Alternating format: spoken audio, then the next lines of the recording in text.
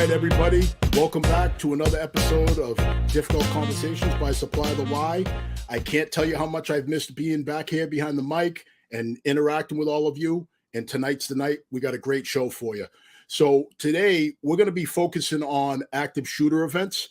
And we have three subject matter experts as far as different pieces of response to active shooters. So without further ado, I'm going to go ahead. I'm going to bring up one of our frequent flyers on the show. Everybody knows Mike Powell. Mike, how's it going? Awesome. Good to be back, Dean. I'm glad to see that we got another live showing. I've missed it. All right. Well, as always, we're happy to have you back. You're a great contributor to the show, and I'm sure tonight's not going to be any different. So our next guest is somebody who is a good friend of mine. He's somebody that I've worked with and somebody that I turn to for advice, especially when I need to be told if I am full of crap or not, because this person does not hold back. So let's go ahead and let's bring up John Bonney. Thanks for having me. I'm really looking forward to this, Dean. I know you and I go back a long time. The other guy you haven't introduced yet, I'm definitely looking forward to hearing his take on things. And Mike, I've grown an incredible admiration for you through this program that Dean has, and I'm looking forward to our conversation tonight. All right. Welcome, John. And last but certainly not least, we have Mr. Paul Tim. Paul, what's happening? Well, I'm really glad to be here. I feel like the stranger because I'm the only one who has an accent, but it's nice to be with all of you guys. It's actually an honor. So thank you, Dean. All right. Well, Paul, since you have the talking stick, why don't you jump right in and talk a little bit about what your background is and why you're somebody that needs to be at the table for these conversations. Yeah, thank you. I grew up at Argonne National Labs, which is a Department of Energy facility in the Chicago area. And actually, my home today is not 10 or 15 minutes outside of Argonne.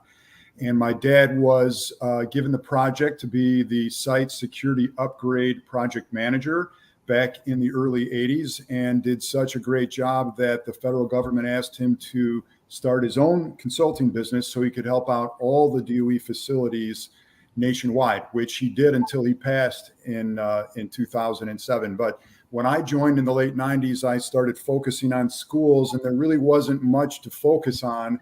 And then in 99 is when the Columbine incident happened. And immediately following that incident, I was asked to speak in tandem with the Chief Deputy District Attorney of Jefferson County, Colorado, who prosecuted it. And since then, I've really focused on schools. All right. Well, we're certainly going to circle back to that. John, since this is your first time, talk a little bit about your background and some of the unique experiences that you have that makes you a perfect person for this conversation.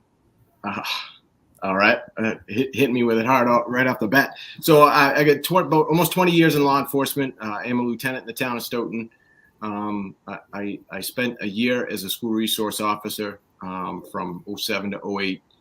I am more of a full-time dad, I think. So I get kids. My son just graduated high school, but I have a daughter who's a freshman in the town I work in. And my wife is also a teacher in one of the elementary schools town I work in.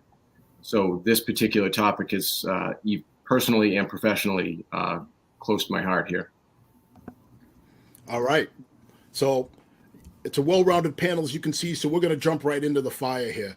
So, gentlemen, there's a lot of talk about what needs to happen, we need more of, what we need less of in order to, I guess prevent is a bad word, but maybe lessen the frequency of these events. So I'm going to jump to Mike first. Mike, talk a little bit about your points of view as well as what we can do or where we should be looking to try to minimize these active shooter type events. It's actually a great question, Dean, and just like a lot of other folks, I wish I had the answer to that. But I think what I can bring is a common sense answer and a common sense approach, and I think that is just getting people to realize that it's not just a law enforcement responsibility; it's a responsibility of the schools, of everyone involved in the schools. And I think that point needs to be made. Obviously, law enforcement plays a part in trying to minimize the loss of life. However, that also we also have to look at the responsibilities of the folks that are in the school as far as security features and protocols that are in place when something like when active shooter incidents do occur, or just not just active shooter incidents, but anytime a school goes into lockdown mode for whatever reason. So I think it really has to be looked at from a common sense approach, and we've done a lot of things to kind of harden a lot of the schools as far as security features are concerned. But we can do things a lot better, and I think that it's looking at access and exit points from schools and making sure that, possibly equipping them with alarms and things that would trigger a response from school officials looking at those features. All right. So I see Paul nodding his head emphatically there. Paul, can you add to that? Yeah, listen, there's not been a school violence incident of significant proportion that has not involved a failure of access control. And so, we all, as we're reading news stories and getting media reports, know that this guy walked right into a school building, no delay, no secured vestibule, or he came in through a side or a back door. And you're referring to Uvalde? Are you referring to Uvalde right now? I am referring to Uvalde. Thank you for that. And then classrooms also unlocked and open, and people push against that and say, well, my gosh, that's the way it was when I went to school, or everybody knows everybody, but I like to harken back to the 70s, Dean, when you could buy a car that didn't have a seatbelt, and a whole family of 5 could sit in the front seat together, or mom could have an infant in her lap and while driving. And we look back on that now and we go, that was nuts. How did we ever allow that to happen? Because once we went to seatbelts and car seats and all of those, or should I call it a car seat? Anyway, okay. Regardless, That kind of hurt. I mean, we look back and same thing with schools now. We're going to look back and say every classroom should be closed and locked while we're teaching. And 10 years from now, we'll look back and say, how did we ever do it with classrooms just wide open so anybody could walk in at any time? It doesn't make sense. All right. So, John, perfect time for you to jump in here. I'm going to let you in. John and I used to have a lot of conversations about basically everything. And a lot of what we talked about is old versus new, and that transition piece that needs to take place in order to move on to the next step. So, John, can you just jump in? What are your feelings on some of the transitions that need to happen to take us from some of the old school ways of doing things and bring us into what needs to be a new school mode of thinking? It's really difficult because honestly, a lot of things come down to funding, because nothing's cheap.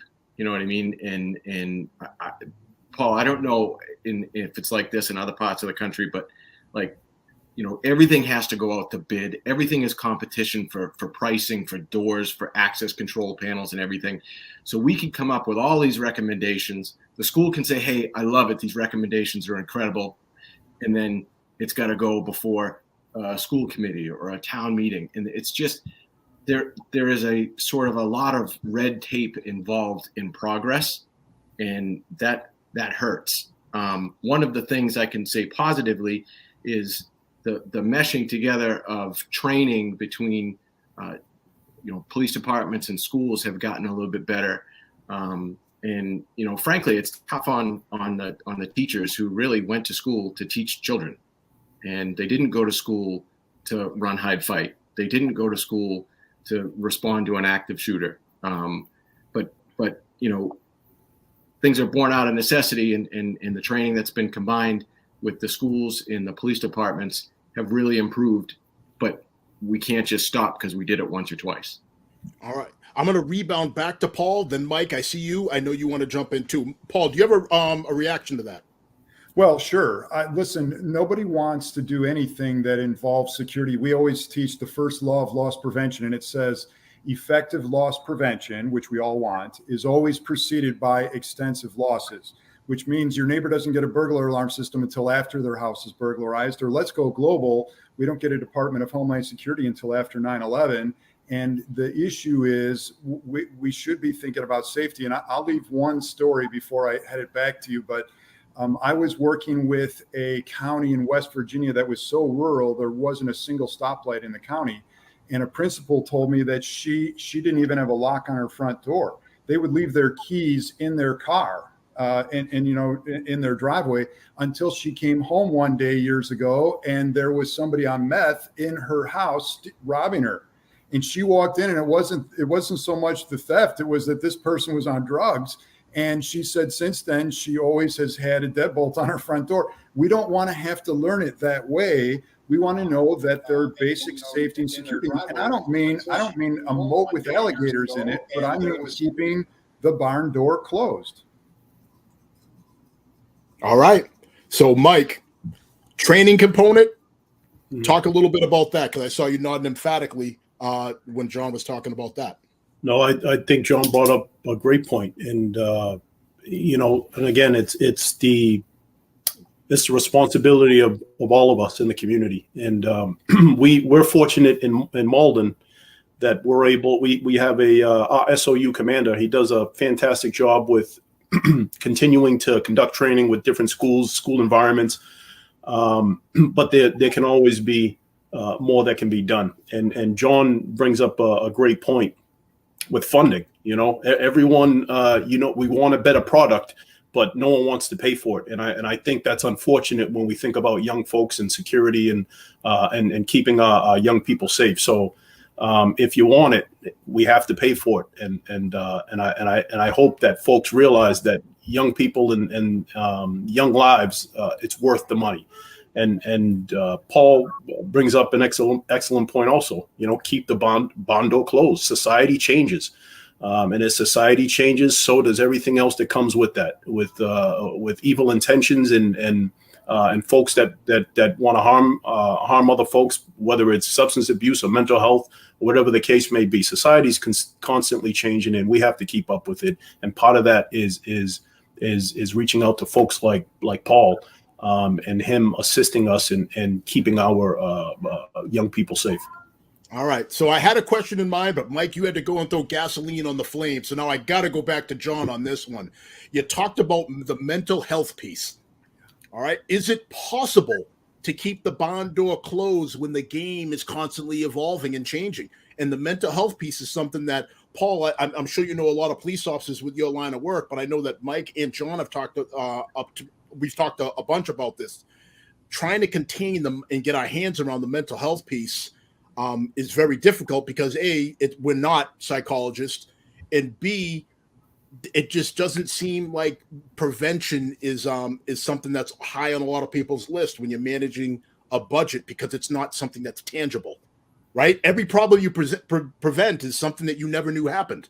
So how do you measure it? Yeah. So John, if you want to talk to some of those points, please do. Unearth some things. I have to imagine that, like when Paul's presenting sort of the security analysis, like you have to be startling educators, because like kids don't want to be in a prison. Kids want to be in a fun, healthy environment, and that's what's going to keep them safe and happy. And there's like a fine line of like, how much do we lock these schools down just for day to day? You know what I mean? To keep it safe. And obviously the answer for doors, every door should be locked and shut all the time.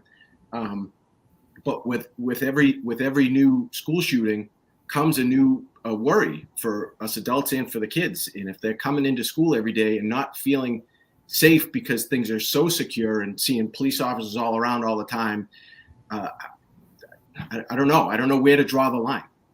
Is it feasible to lock the doors all day long? So, Paul, you mentioned that piece earlier about locking the doors. Every classroom should be locked when it's in session. Talk a little bit about the thought process that went into that. Well, listen, first of all, I understand it's operationally inconvenient, but at a certain point, we're going to stop trading security for convenience. You see people prop open doors, whether it was back in the day for a smoke or to run to their car or whatever it might be. There's just... And if we did spend money on electronic access, we've just rendered that valueless when we propped open a door or allowed somebody to tailgate in behind us. It really takes education. And even in my own home with my own kids, I'm an empty nester now, but I didn't restrict my kids so they couldn't do anything. I just had a conversation to say, hey, when you're on Instagram, you're not going to go public because it'd be like letting kids follow you around on the campus at college. You're not going to do that. That would be weird. It'd be creeping on you. So you're gonna stay private. I know you won't get as many likes, but so in all phases of life, we just have to be thinking a little bit more. And the other thing I wanted to say, Dean, is this: I also don't have mental health expertise, but I do know that a threat assessment team is going to have members that do have mental health expertise. And we can look at those transient threats that come in and decide whether or not they're substantive and how we can make interventions in people's lives. Well put. So let me just take a quick break here. Folks, if you're just tuning in, this is Difficult Conversations by Supply the Y. I'm here with Paul Tim, Mike Powell, and John Bonney. If you have questions, please throw them in the chat. If you feel that this conversation is worthwhile and you're enjoying the content, please like, share, and subscribe. So while we're talking about the comments, Diane has a comment she'd like to for us to discuss. She says CPTED isn't new, and CPTED is what's that? That's something. Crime prevention through environmental design. Environmental design. All right, crime prevention by environmental design. It isn't new, but it's often left by the wayside due to the initial cost or maintenance cost. How do we get buy-in from cities, towns, and campuses? Mike.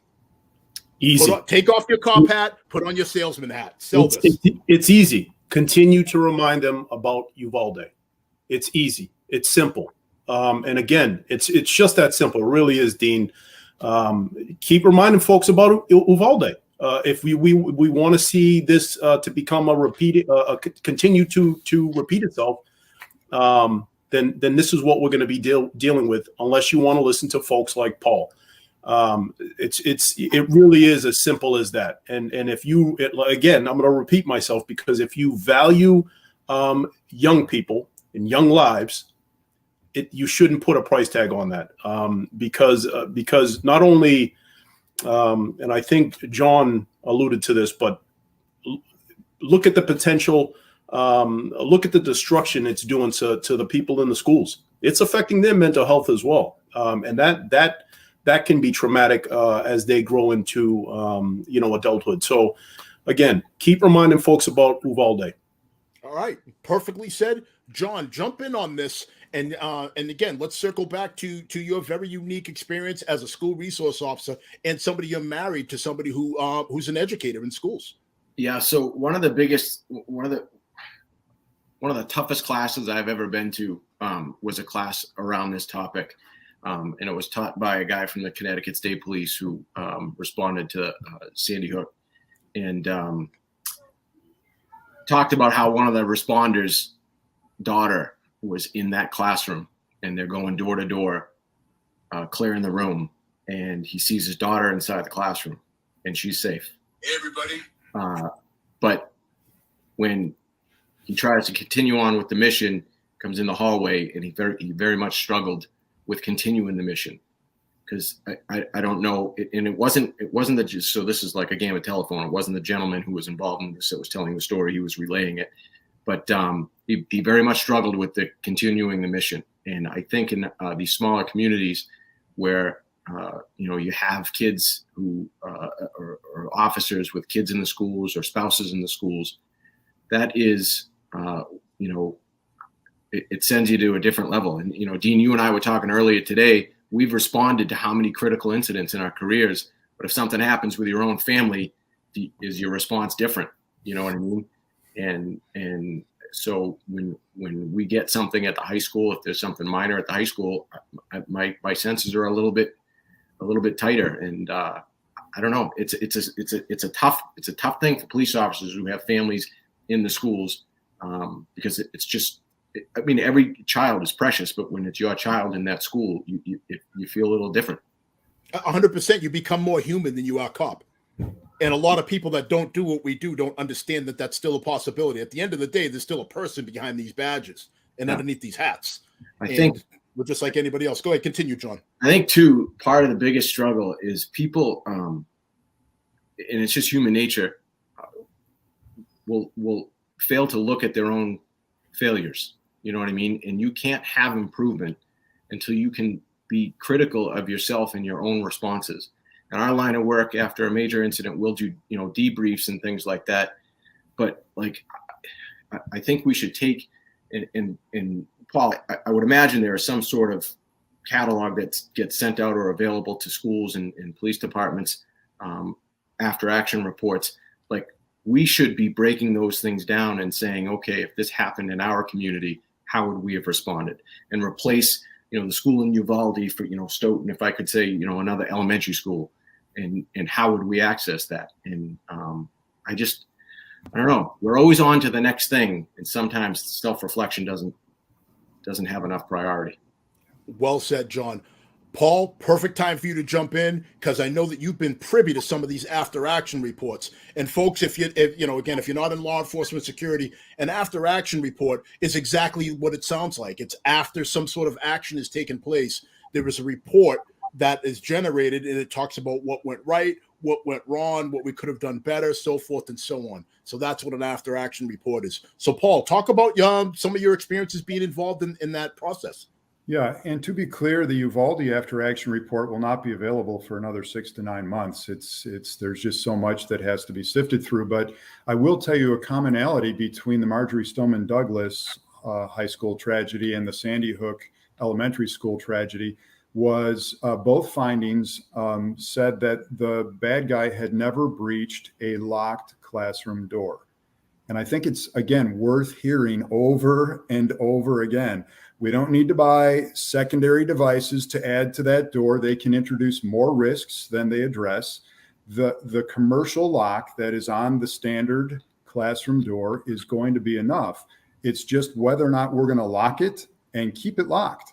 And I understand that that can inconvenience us from an operational standpoint, but we have to do that. The only other thing, Dean, I want to say is after action reports, after the Columbine High School incident, when they summoned the SWAT team and everybody waited and we watched on TV saying, go in, then everybody moved to rapid deployment. And even now, we're teaching firefighters to come in with those first law enforcement responders so that they can get to help save people as fast as possible. So they're even being trained now, which I think is good.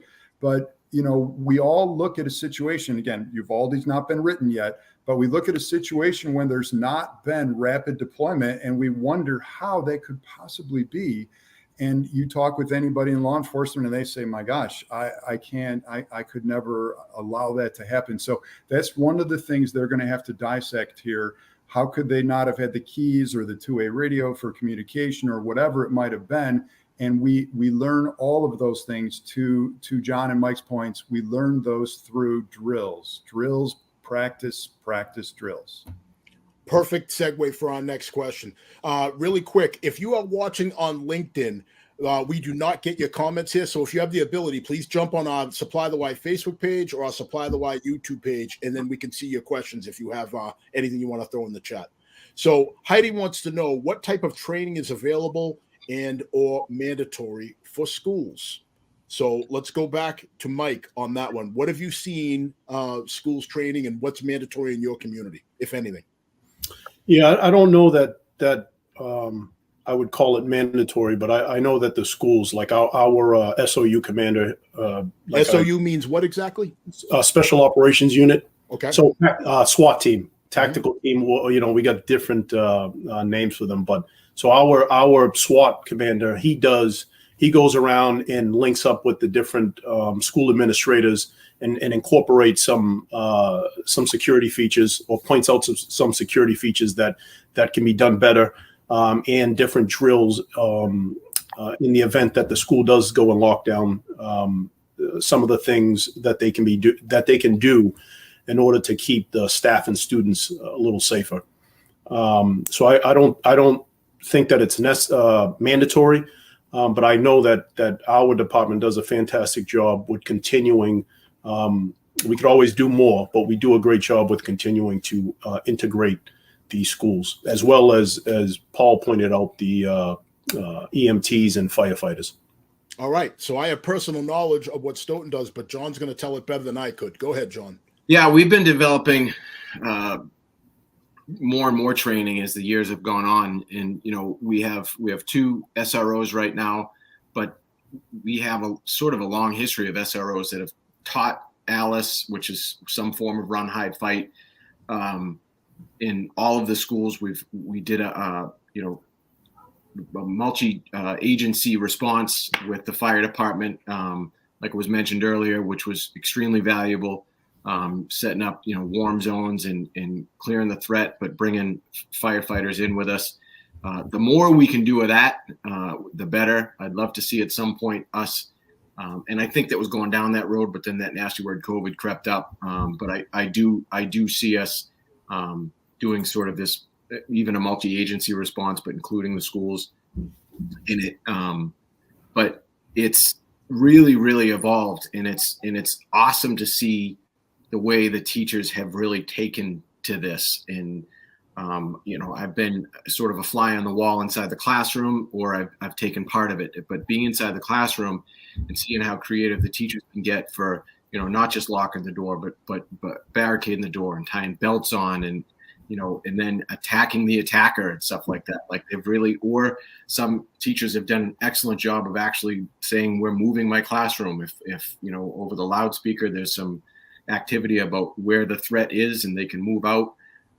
It's really been unbelievable to watch non-law enforcement professionals really put everything they can into learning this when it's not their field.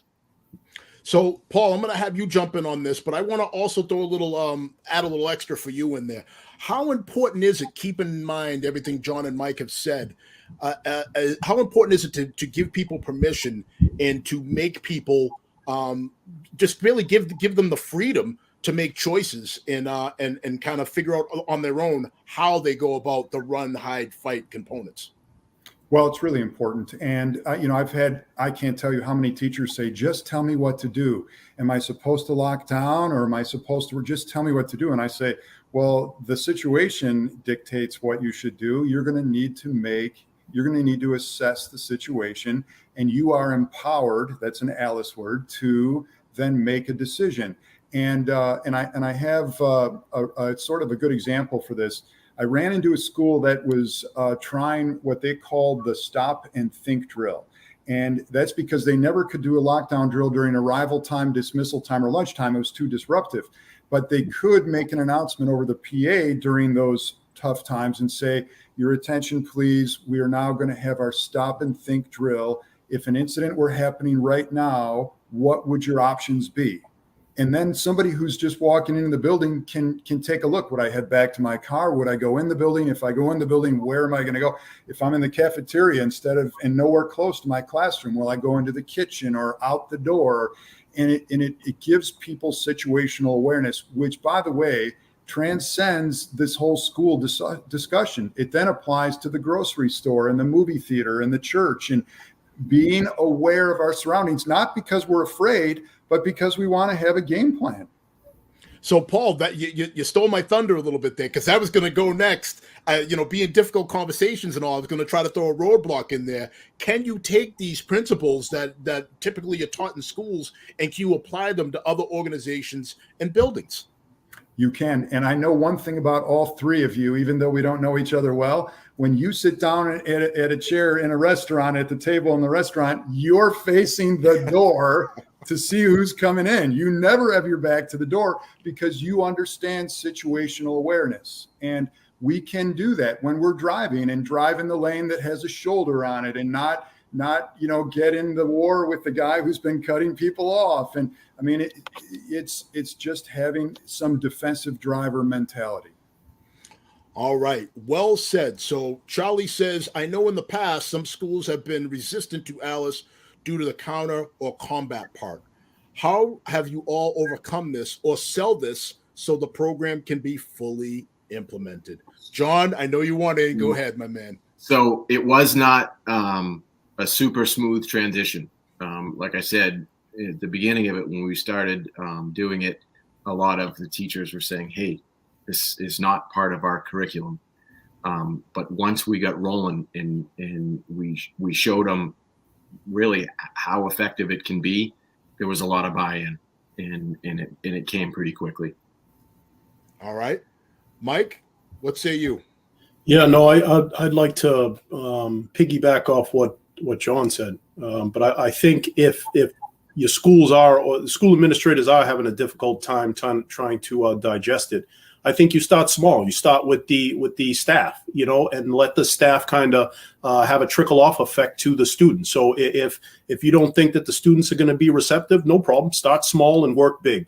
And I think a big piece to that is making sure that everybody is speaking the same language in regards to what should be done if you encounter a lockdown situation or an active shooter. And I think if you start small, I think you're still off on a good path to win.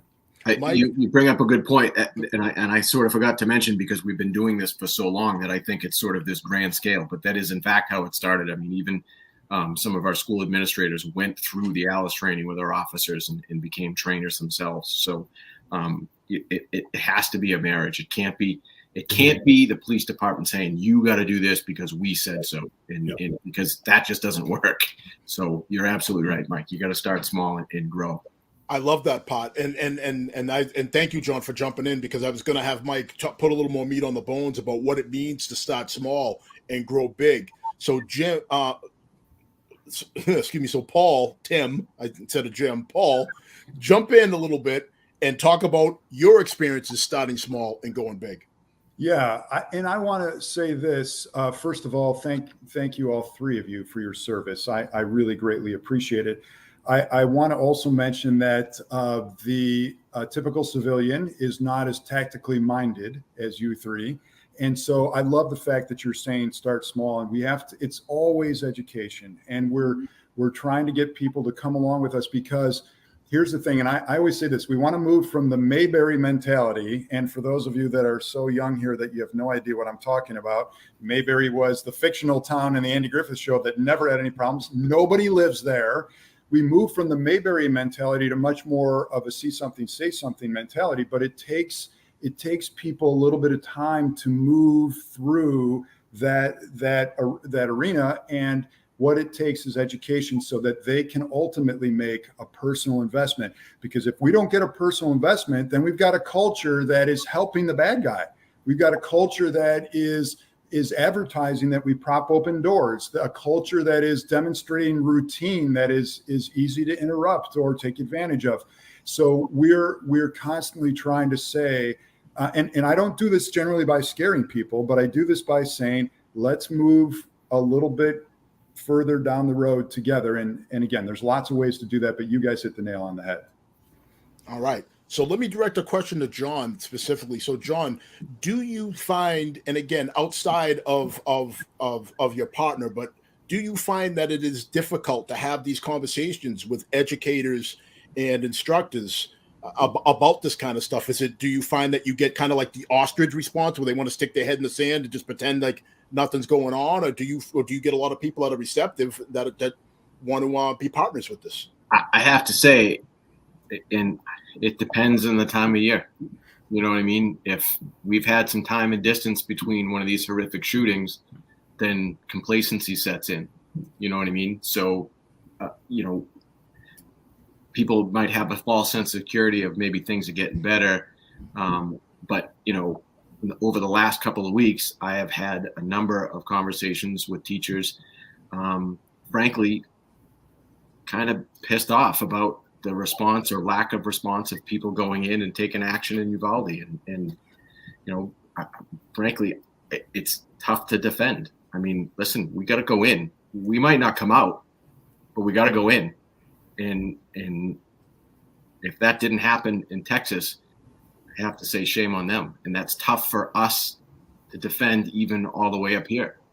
I know the after action is going to take months, but the timeline put out by one of the chiefs talking about how there were rounds being fired inside the school while the police officers were just sort of hanging. That's atrocious. And that's tough to defend when teachers are asking me, hey, could that happen here? You know what I mean? I try and comfort people by saying we respond with just overwhelming violence. And like, that's a harsh thing to hear, but that's what would happen. So it's a great point you bring up there. And to your point, again, I'm privy to some of the same conversations, and I got to be honest, I don't try to defend it. It's not. It's typically I say, listen, I don't work there. That's 1,500 miles away from where I work. It's different than how we train. And Mike, I wanted to get your opinion on when people say things like, well, they need to change their policy. Is changing the policy enough, or do you have to train to the policy? Can you talk a little bit about that? Yeah, listen, if you don't use it, you lose it. And we everyone's always talking about policy, and you can have 30,000 policies in your desk, but that doesn't mean much. What does mean much is that you are actually training around your policy. And again, the policy is going to sit up there and collect dust.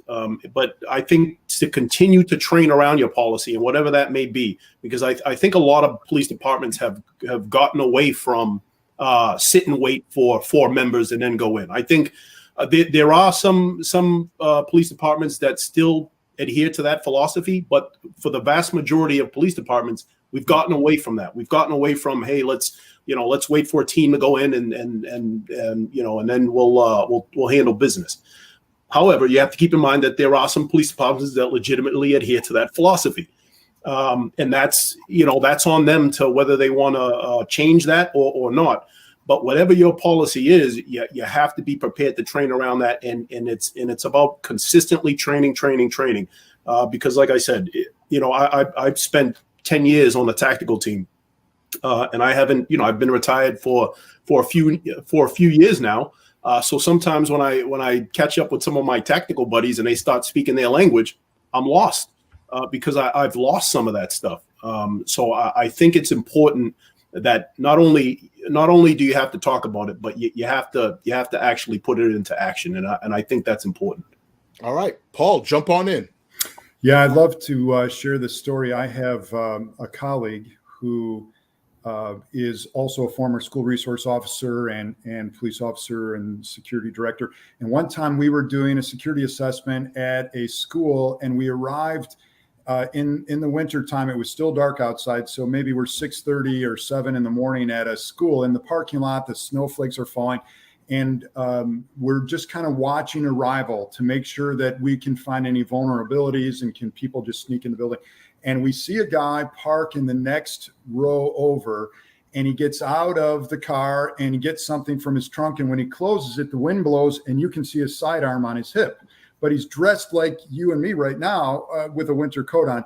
And Randy goes, "Oh, a gun." And so I was driving.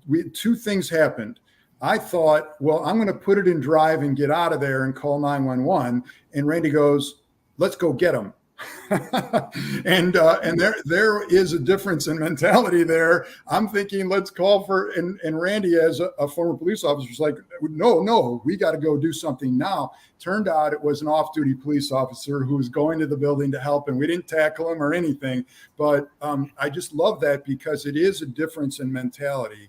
And that's why I'm thanking all of you who are ready to do something like that. And what we don't want is now teachers chasing the bad guy like that, or teachers carrying firearms. I don't want that either, but I do want them ready to call, having the communication devices, the panic buttons, whatever it is. And of course, we all expect that law enforcement is going to do exactly what he said and what all of you are saying, that you guys will intercept the adversary. I got to be honest. I didn't know that people didn't just go in as soon as you got there. I thought that went away years ago. Yeah. Personally, I'm shocked that there's still departments out there that still have that as the way they do business. But again, I never claimed to know it all, but that was mind-boggling to me. John, did you have something? Look like you. No, I agreed with you. I thought that was done. I mean, we certainly learned a harsh lesson watching things in Columbine, and I don't even remember how many years ago that was. It just seems so far away, and training just has gotten so much better. And I just, I was surprised, very, very surprised to read the timeline. All right, so let me hit the chat real quick. So Pat has jumped in, and he says, to Mike's point on policy, usually do steer towards the not waiting part, but say the first guy doesn't wait and now he gets incapacitated. So he's saying, suppose the first guy doesn't wait, he goes in and gets incapacitated. There is now another weapon for the shooter to use. I would think it would be smart to at least wait for a second backup. Granted, some towns don't have that luxury. Just curious on what your thoughts were. So, Mike, since it was kind of directed at you, what are your thoughts on waiting for at least a second person, a battle buddy, so to speak, to go in with? Well, it's easy for me to say my thoughts on it because, I work in a city like Malden where matter of seconds, you're going to have somebody there with you to your right or left. So it's tough for me to give my opinion on this because you go to a smaller community where you're literally the first one in, and you may not have somebody show up for another 5 or 10 minutes or longer. So so the philosophy of going in first is this. Unfortunately, again, this is what we signed up for, and this is what we have to do. We have to be prepared to do as law enforcement. Is you have to be prepared to go in alone. But what that says, that doesn't mean you have to leave your tactics behind when you go in, but you're going to have to go in alone. And if you do, you have, and again, this goes back towards training. So the philosophy behind that, without getting into a whole story, is your job as the first person that goes in there is to at least reduce the loss of life, meaning go towards that threat, distract the threat to the best of your ability until your teammates get there. So that's the philosophy behind it. But again, it's easy for me to say because I come from a community where matter of seconds, I'm going to have somebody to my right and left. But I think for the majority of police departments around the country, you're going to have to be prepared to go in alone, unfortunately. John?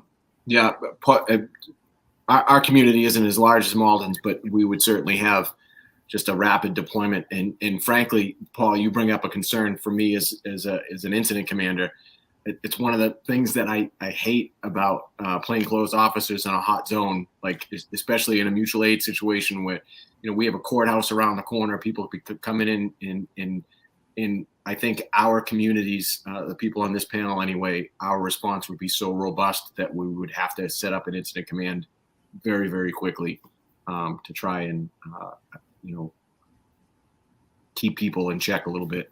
Yeah, to keep from almost like an over deployment type situation. Is that what you're saying? Yeah, very much so. Yeah, because things can spiral out of control that way too. But again, in comparison to what is being talked about in Uvalde, that would be one of those good problems if something like that happened. All right, that's an exact opposite. Paul, any final thoughts on this topic? Well, yeah, I mean, there's going to be people listening who aren't sure what the incident command system even is. And I just want to say this as part of the National Incident Management System, but our company is mostly engineers. On my side of the house, there's a few of us that do the school security, but everybody else is like doing condition assessments. They're engineers. And when the pandemic hit and we couldn't go into places to help anymore, I said, this is the perfect time for everybody to get certified in the basic 100 level course, which you can take for free online. And all 30 people in our company, engineers or security people, got certified in that. And I believe there will be a day where all administrators will be required to be certified in that as well. So here's my thought on the incident management system. This is something that is near and dear to my heart. I got my master's in emergency management. And this is the Dean Jenkins thought on it. Emergency management, first of all, the fire department does a much better job than the blue team does with implementing incident management. But I will ask secrets, please. Hey, sometimes you got to give them props. They do some things better than us. Cook and sleep on duty are two of those things. But what I will say from there is this. I feel that incident command tends to work better when you're dealing with problems that don't have personalities. So when you are dealing with things like, for example, if you are dealing with a weather emergency, or if you are dealing with something like almost like a mathematical equation type problem or a scientific type problem, as opposed to something that is actively trying to outthink you, and now you are trying to, kind of get in the head of that human element that is driving the problem. I think incident command tends to work better with that kind of with those kind of problems. Paul, John, Mike, anybody have any thoughts on that? No, I like what you said, Dean, and I think you bring up a good point. It's different when there's a human element to it, because just as we learn, so do the bad guys, and so we're constantly having to readjust the way we do things as well. So I 100%. John? Yeah, I completely agree. And I do tip my hat to the red team because they are much better at it. One of the problems, and Mike, I'm sure you've been in this situation, is trying to figure out when, as a responder or someone who's going to run an incident command system, to sort of switch gears. And when do you do that? Obviously in a hot zone, and when you're looking for an active shooter, that's not necessarily at the time. But when you have enough personnel coming on board, when do you finally take a step back and say, okay, we have to have somebody manage our resources? But that might be a story for another time. They may bore your listeners there, but it's definitely something you have to think about.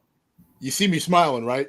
Yeah. Because that is something that John and I, we've talked about quite a bit, is when you work in a medium-sized agency and you might be the first line supervisor and the incident commander, and you might also be the first on scene. When do you switch from one hat to another? And it's difficult to do that. That's why you have to have people around you that can maybe tap you on the shoulder and snap you into whatever role you need to be in at the time. It's critical to have people that have that around you that you trust, and they have that kind of trust in you that they could have that conversation with you. And it's not going to be taken personal. If someone says, hey, listen, you are of this rank, and I can do CPR, or I can do first aid. I need you to do what you do at your level. All right, Paul, any thoughts on that? Right. I'm not a responder like you guys, but I did use the incident command system in managing my daughter's wedding. So there you go. That can get tense. I thought I heard screams in the background. It must be your wallet that's screaming from the expense of that thing. Oh dear. So as we move on from there, and believe it or not, gentlemen, we're down under 15 minutes. 45 minutes has flown by with this conversation. I just wanted to talk really quick about what can be done as far as laws and what type of things we should be implementing. For example, there's a lot of talk about more extensive background checks. There's a lot of talk about reducing the type of weapons that are available to everybody, law-abiding citizens in particular. So, John, what are some of the things that you feel can be done legally in order to kind of restrict people, if anything? So if people are listening across the country, they may not like this, but I do like the model that we have in Massachusetts for background checks. And if people have mental health issues, you can strip firearms licensing and things like that. But it's not a matter of just taking a gun and banning it. It's such a ridiculous thought. It's got to have like a three-pronged attack to this, because you have to deal with the mental health component and what's motivating people behind these massacres. In our state, there's just no mental health help. So if we identify some dangerous people, yeah, we can take their gun license away. I'm pretty sure enough gun crime happens without needing a license. And the other thing is, we need to start actually putting people in jail. It is the biggest misnomer around that, our jails are overcrowding right now. Nobody goes to jail. So if you have a gun crime, you can have all these gun laws you want. You restrict you can't carry. Like I remember after the shooting in Las Vegas, our Massachusetts legislators got together and banned bump stocks. Mere possession of something that doesn't do anything, and they have to attach it to a firearm, is a 20-year felony. Nobody's going to go away for 20 years for that. And that's the problem. We need common sense gun laws, excellent mental health care with long-term solutions, and actual accountability. All right. So those are your three prongs. All right, Mike, go ahead. Jump in on this. Man, I like a lot of what John said. I think he makes a lot of great points, and it's such a difficult topic because it's so complex, and it all boils down to money. But I think that I think that there definitely needs to be, we should be doing a better job with mental health and regulating on a national level, because you shouldn't be able to slide over to the border, a border state, and grab a firearm and grab it and bring it back. So there are a lot of things, but something that I'll say to mental health is this: I don't even know if mental health is that's part of the problem, but I don't know that that's it, because a lot of the folks that have engaged in mass shootings, they haven't even triggered. They don't have a history of mental health. So we have to do more than just look at the mental health component. But I will say that that's part of it. But I also think that we have to get stricter about how we're regulating folks getting licenses, particularly here in Massachusetts. We could do a lot better with that. But John, you brought up a lot of good points that I think I would agree with you on. So I'm going to go to Paul next. I just want to bring up 2 quick points. First of all, I don't know if there's any more overworked group of people than the mental health providers. It just seems like there's so few of them, and it seems like the mental health issues, if you're including drug and alcohol and any kind of substance abuse, because to me, that's also a mental health component. If you throw that in there, it's just off the charts, the amount of folks that need that kind of help. Absolutely. And the second thing from there, if I could devil's advocate a little bit, was is it the licensed gun owners that are the issue here all the time, or are these guns available, just as available, even more so to people that have criminal design? Paul, if you have any insight on this, please jump in. Well, first of all, I don't disagree with anything that's been said. I just want to be clear about that. It's everybody wants to take a political opinion, and I'm glad that nobody here is taking major political opinions. I think, even we back in the day when we were growing up, we looked at politicians with some degree of reverence. That's all gone. I mean, everybody understands they're terribly flawed and probably corrupt. And I'm sorry to even say that or burst bubbles for people who think otherwise. But in the end, people are people. And what we've lost at some point and in many different ways is common decency, kindness. And I'm not going to go down that level, but down that road. But my daughter is a social worker. My daughter-in-law has also went to school for social work. And the generation coming up, I see as being more empathetic and more knowledgeable. And I'm not throwing all of the pressure on them, but I sure am hoping that voice of the generation coming up now is really going to speak into issues in ways that maybe we did not do a good job with. Paul, you hit the nail on the head. And if I could speak to that a little bit. Please do. When it comes to mental health help in police officers, we're not great at seeking it out. But I will say, and Mike, I don't know if you're seeing this on your end, but I will say in talks that I've had with some of our younger officers, they are far more open, not only to seeking it, but encouraging it and talking about it. So I think it's absolutely phenomenal that, and it's just another nod to our young people on the job. But I think the future is going to get a little bit better because people are so much more open to mental health help if they want it. All right. Paul, did you have something else? It looked like you were fixing your mouth to say something else. No, we're just agreeing. Yeah, we're standing in agreement. All right. So really quick. So we talked about that component. We talked about the gun control component a little bit. We kind of went down to mental health component, and we've talked about the environmental design component.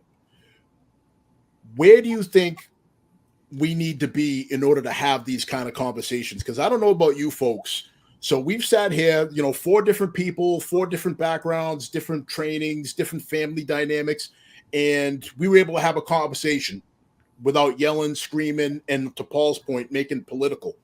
How can we have people sit down at the table and have conversations just like this one here, so everybody can feel heard and people can kind of have their opinions heard? Do you mind if I take that one first, Dean? Oh, jump it. You're so excited. Please. Yes, I am excited. And again, thank you for doing this whole show tonight. But I want to say that it's a silver lining of the pandemic that we got a lot more of a collaborative approach to things. And I know this incident aside and the Buffalo incident aside, but in schools, you know, the nurse used to be a forgotten component. And all of a sudden, the medical part is something where we need to hear that voice.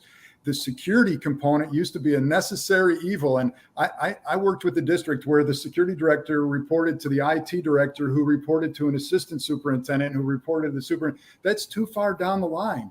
And we have to get away from this kind of leadership and flatten it so that we've got voices that are being heard and stature. And if there's ever a time where the security component should be a not just a necessary evil, but an important component, it's now. And if there was ever a time where people are listening, it's now. Education should be happening now. I love that. Mike, John, who wants in? How do I talk behind that? That was awesome. It's like you rehearsed it, Paul. You have that written down somewhere.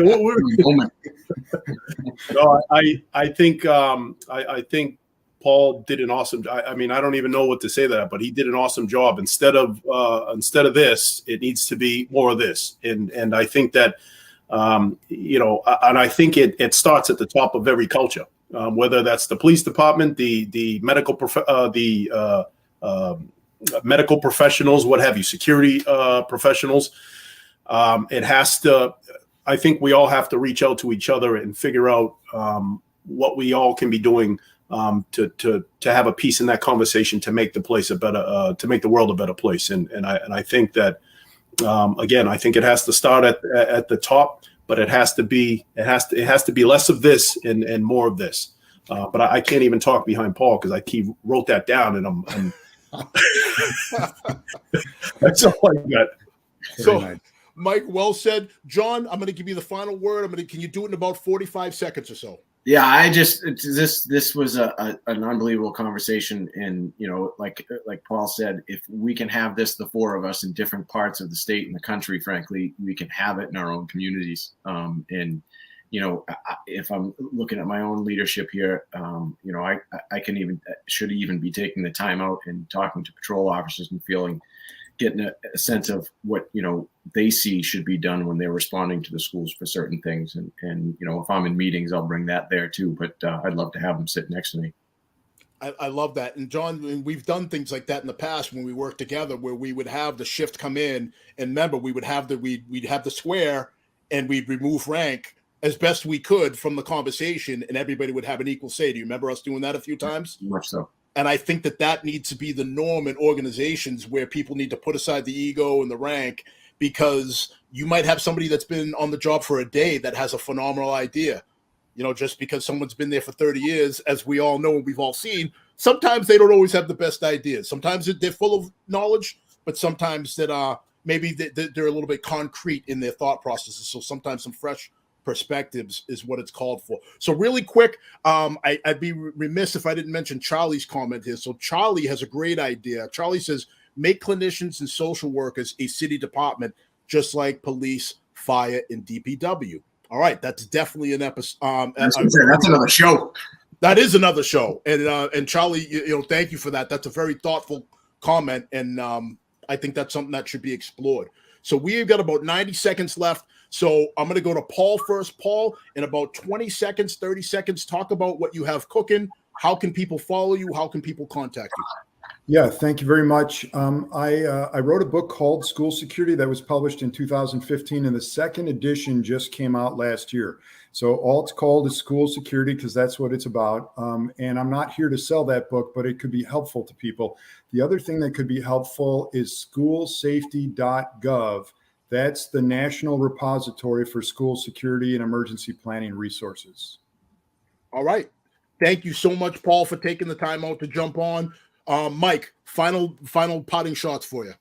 No, Dean, I want to thank you again for having me on the show. I got a chance to meet Paul and John, and hopefully, one day the world will bring us together and we can actually meet in person. But until that time, fantastic conversation with you, gentlemen, and I look forward to speaking with you some more.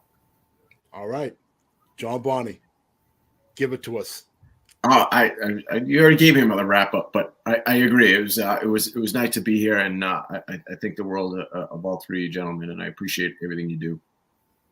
All right, folks, believe it or not, we're up on time. If you like the conversation, again, please subscribe to Supply the Why on all your favorite media channels, social media channels, all your favorite podcast platforms. We're back. We're going to be having more live conversations, great conversations just like this. So from everybody here on the panel tonight, again, thank you so much for taking the time out to watch us. And as always, #Supply the Why. Good night, everybody. Supply the Why.